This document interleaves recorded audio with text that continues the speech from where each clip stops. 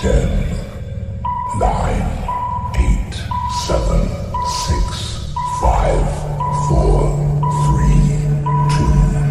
3, 2, 1, 0.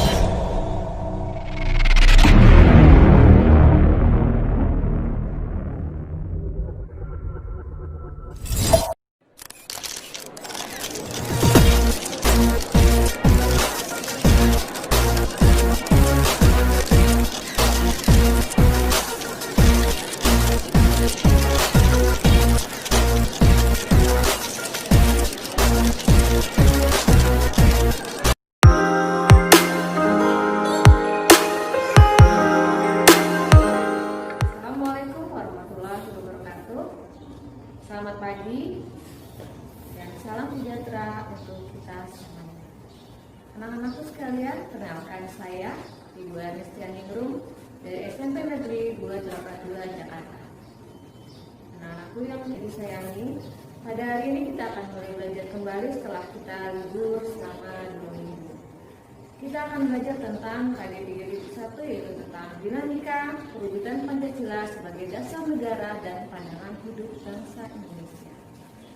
Pada pertemuan pertama yang kita akan bicarakan adalah penerapan Pancasila dari masa ke masa. Baiklah anak-anakku sekalian, marilah kita buka dengan membaca doa secara bersama-sama. Silakan dipimpin oleh Bapak. Membaca doa mulai. Terima kasih. Semoga dengan pembacaan doa tadi, pembelajaran pada hari ini berjalan dengan lancar. Selanjutnya adalah presensi kehadiran. Melalui Google Classroom, silakan melalui WA Group. Mohon bantuan kepada ketua kelas atau koordinator kelas untuk mengabsen teman-temannya siapa hari ini yang tidak hadir. Ibu berharap semua hadir. Terima kasih sudah diabsen semuanya dan alhamdulillah semuanya hadir. Selanjutnya adalah kita akan menyanyikan lagu Indonesia Raya karena pada hari ini kita baru pembelajaran yang pertama kali. Anak-anakku sekalian, kita mulai menyanyikan lagu Indonesia Raya. Mulai.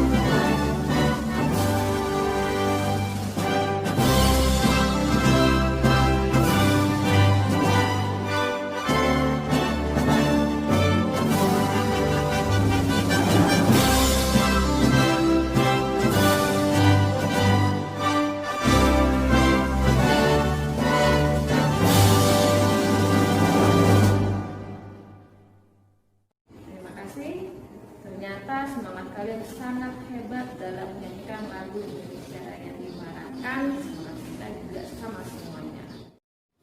Baiklah anak-anakku sekalian, hari ini seperti tadi Ibu bilang kita akan belajar tentang KD 3.1 dinamika perwujudan Pancasila sebagai dasar negara dan pandangan hidup bangsa, yaitu pertemuan pertama tentang penerapan Pancasila dari masa ke masa. Itu dimulai dari awal kemerdekaan kita. Itu pertama kali awal kemerdekaan. Kemudian pada masa Orde Lama Lalu pada masa Orde Baru dan dilanjutkan yang terakhir adalah pada masa reformasi pada saat ini. Bagaimana kita ketahui anak-anakku sekalian, pada awal kemerdekaan banyak sekali terjadi peristiwa yang menyebabkan Pancasila akan menjadi kenangan oleh bangsa Indonesia yang ingin menggantikan Pancasila sebagai dasar negara, sebagai ideologi bagi bangsa kita. Ada beberapa pemberontakan yang terjadi pada periode tahun 1945 sampai dengan tahun 1950. Seperti pertama contohnya adalah pada awal kemerdekaan, setelah kita merdeka tahun 45, ternyata pada tanggal 18 September 1948 ada pemberontakan Partai Komunis Indonesia yang dengan keji ingin mengganti ideologi kita menjadi ideologi komunis yang dipimpin oleh Musso pemimpinnya. Itu yang pertama. Kemudian ada pemberontakan oleh Darul Islam. Ini juga dipimpin oleh Kartosuwiryo pada tanggal 7 Agustus 1949 yang tujuannya juga ingin mengganti ideologi negara kita Pancasila dengan syariat Islam. Itu pada awal-awal kemerdekaan antara tahun 1945 sampai dengan tahun 1950. Jadi bisa kita bayangkan bagaimana perjuangan bangsa Indonesia pada saat itu. Kemudian berlanjut tahun 1950, ternyata sampai dengan tahun 1959 masih tetap ada yang ingin mengganti Pancasila dengan ideologi lain, seperti contohnya adalah ideologi liberalisme. Contohnya adalah dengan adanya pemberontakan Republik Maluku Selatan yang dipimpin oleh Sumokil. Kemudian ada pemberontakan oleh PRRI, lalu ada juga Permesta, kemudian ada juga Angkatan Perang Rabu Adil. Itu terjadi pada tahun 1950 sampai dengan tahun 1959. Ini adalah pemberontakan yang terjadi ingin menggantikan ideologi kita. Hal ini menimbulkan krisis politik, ekonomi, dan keamanan yang menyebabkan pemerintah mengeluarkan dekret presiden tahun 1959. Kemudian periode ketiga yaitu 1959 sampai dengan 1966 dikenal dengan periode demokrasi terpimpin. Pada periode ini ternyata terjadi kembali pemberontakan PKI pada tanggal 30 September 1965 yang dipimpin oleh DNII. Tujuannya sama, tetap ingin mengganti ideologi kita menjadi komunis. Itu periode 1969 sampai dengan 1966. Kemudian setelah pemberontakan PKI, alhamdulillah berhasil kita tumpas PKI, kemudian masuklah Orde Baru, disebut juga dengan masa Orde. Era ini kemudian dikenal sebagai era Orde Baru yang menerapkan konsep demokrasi Pancasila. Visi utama pemerintahan Orde Baru adalah melaksanakan Pancasila dan Undang-Undang Dasar 1945 secara murni dan konsekuen dalam setiap aspek kehidupan masyarakat Indonesia. Secara teori sangat bagus sekali pada masa Orde Baru ini, tapi ternyata pada saat pelaksanaannya banyak terjadi penyimpangan-penyimpangan, terutama banyaknya terjadi peristiwa yang menyebabkan akhirnya presiden kedua kita yaitu Presiden Soeharto harus lengser pada tahun 1998. Kemudian masa reformasi yang dimulai dari tahun 1998 sampai dengan pada saat ini. Pancasila tidak lagi dihadapkan pada pemberontakan, akan tetapi lebih dihadapkan pada kondisi kehidupan masyarakat yang diwarnai oleh kehidupan yang berbebas. Contohnya adalah kebebasan dalam berbicara, kemudian kebebasan dalam berorganisasi, lalu berekspresi. Namun banyak hal negatif ternyata yang timbul akibat kebebasan ini yang tanpa batas. Seperti contohnya adalah munculnya pergaulan bebas dan pola komunikasi yang tidak beretika yang dapat memicu perpecahan atau disintegrasi di antara bangsa Indonesia. Tantangan lainnya adalah menurunnya persatuan dan kesatuan serta nasionalisme bangsa Indonesia.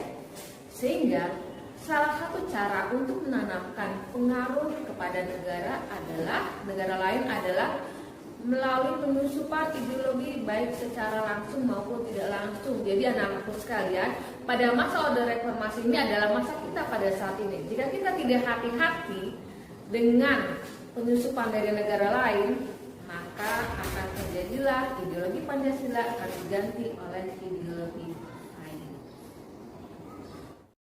Ya anak-anakku sekalian, tadi kita sudah mendengarkan paparan materi yang Ibu sampaikan tentang penerapan Pancasila dari masa ke masa.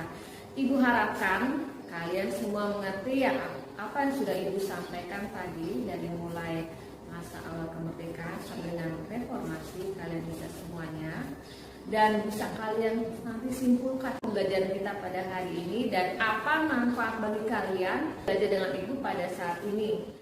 Baiklah, untuk mengakhiri pertemuan kita pada hari ini, buatlah pertanyaan dan jawaban sebanyak 5, kemudian kumpulkan kepada guru PPKN kalian dengan media yang sudah disepakati oleh sekolah kalian masing-masing. Itu tugas dari Ibu pada saat ini. Dan kalian bisa lihat melalui buku paket PPKN kelas 9.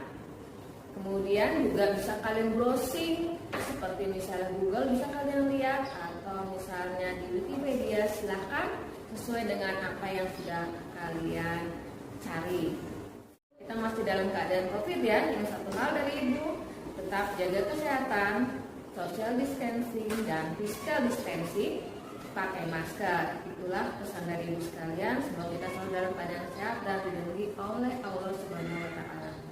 Assalamualaikum warahmatullahi wabarakatuh.